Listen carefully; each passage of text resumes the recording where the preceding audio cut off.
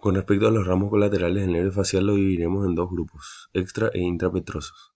Los ramos intrapetrosos son el nervio petroso mayor, nervio cuerda del tímpano, ramo comunicante con el plexo timpánico, el nervio estapedio, ramo comunicante con el nervio vago y ramo sensitivo del conducto auditivo externo. Los ramos extrapetrosos, ramo comunicante con el nervio glosofaringeo, el nervio auricular posterior, ramo digástrico, ramo comunicante del nervio lingual, y luego están los ramos terminales del nervio facial.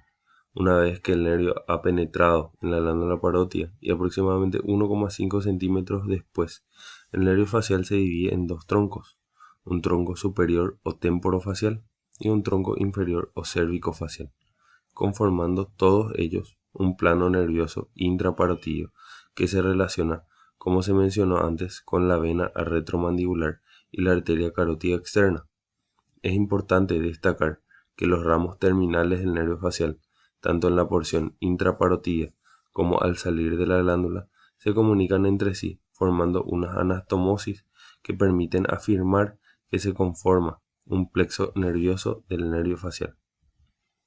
El tronco superior o temporofacial se dirige hacia adelante, se comunica con el nervio auriculotemporal y enseguida se divide en varios ramos destinados a la inervación motora de los músculos de la expresión facial situados por encima de la boca, y son ramos temporales, ramos bucales superiores, ramos ciomáticos.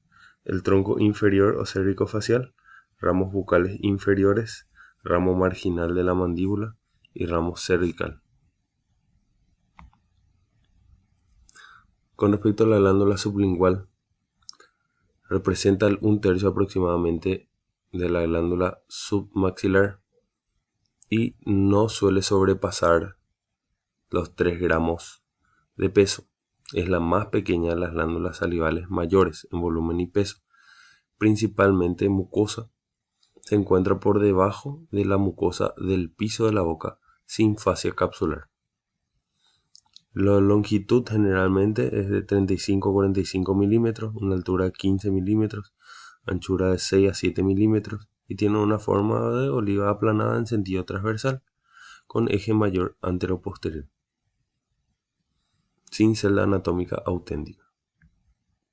Con respecto a las relaciones, tenemos las relaciones en el borde superior, forma a cada lado del frenillo los pliegues sublinguales.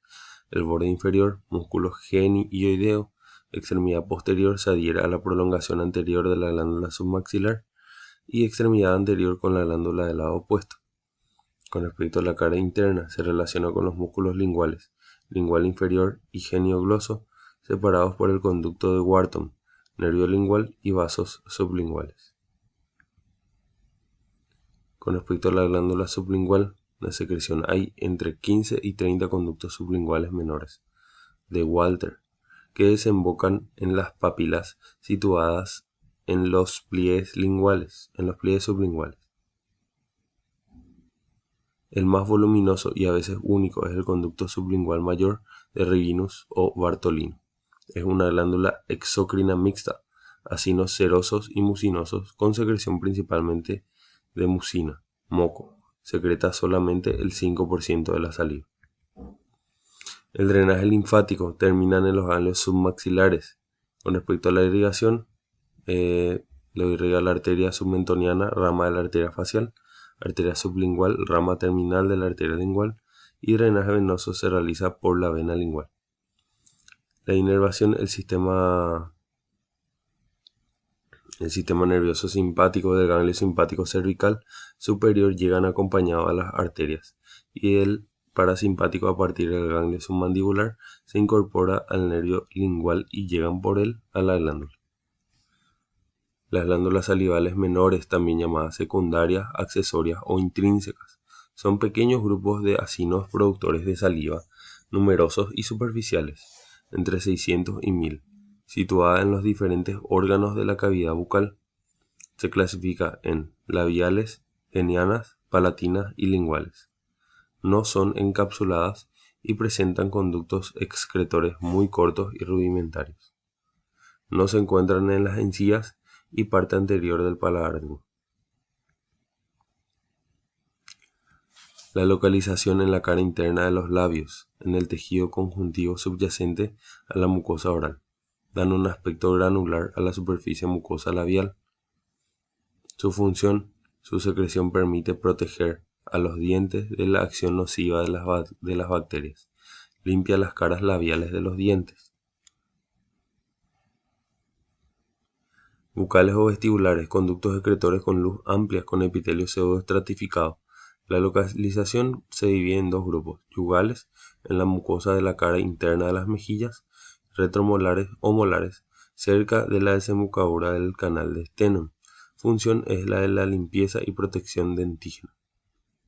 Estas son las glándulas genianas. Las glándulas palatinas se localizan en el paladar duro, en la parte posterior y lateral, entre mucosa y hueso, y paladar blando y úvula mixtas de predominio seroso, las que se orientan hacia la orofaringe, y mucoso, las que se orientan hacia la cavidad oral.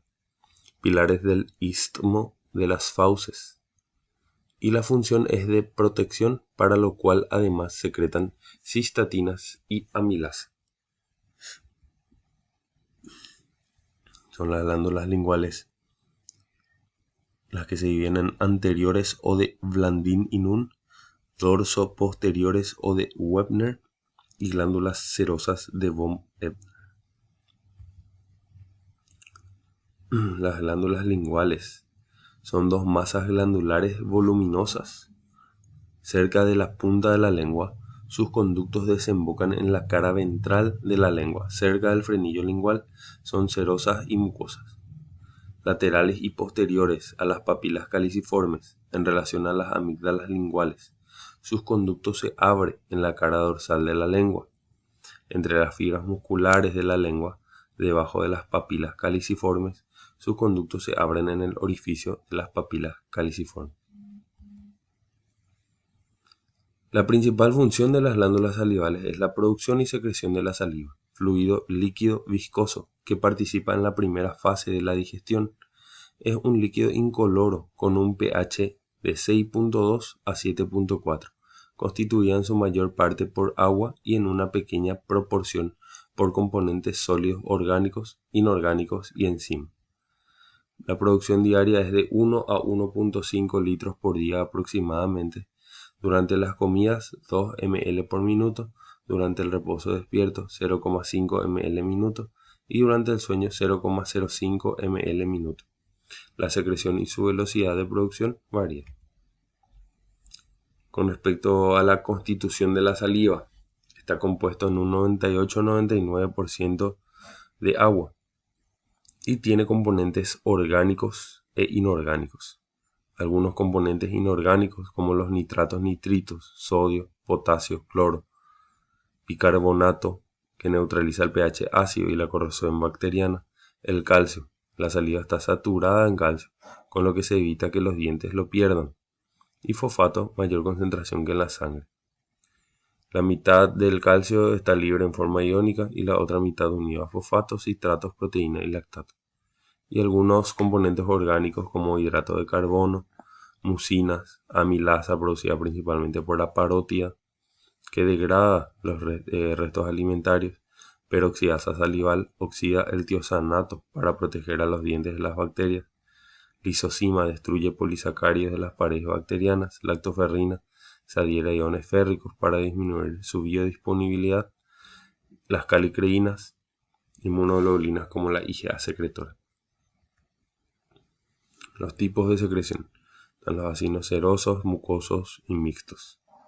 Los acinos serosos pequeños y esfenoidales, la luz central chica, secreción más líquida y fluida, contiene principalmente amilasa salival, como por ejemplo la glándula parótida y submaxilar. Son glándulas que tienen una secreción serosa. Los acinos mucosos, voluminosos, de forma tubular, luz amplia, secreción viscosa, producto de secreción principalmente mucinógena. Actúa como lubricante. El lubricante ayuda en la masticación, deglución, fonación y protege el epitelio bucal de traumatismos. Y luego están los acinos mixtos. Los acinos mucosos provistos de células serosas semiluna de Giannuzzi.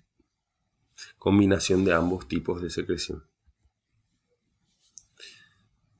La glándula parótida, el tipo de secreción es serosa pura, submaxilar o submandibular es mixta, seromucosa de predominio seroso, sublingual mixta de predominio mucoso. Las glándulas labiales también de secreción mixta, como todas las glándulas salivales menores, como son la geniana, palatina y lingual. Bueno, el 70% de la secreción está dada por la parótida, el 20% por la submaxilar y el resto por ciento, el 10% restante, están dados por las glándulas salivales menores. Estos porcentajes son durante la alimentación, pero durante el reposo la glándula submaxilar produce hasta el 60% del volumen de la saliva.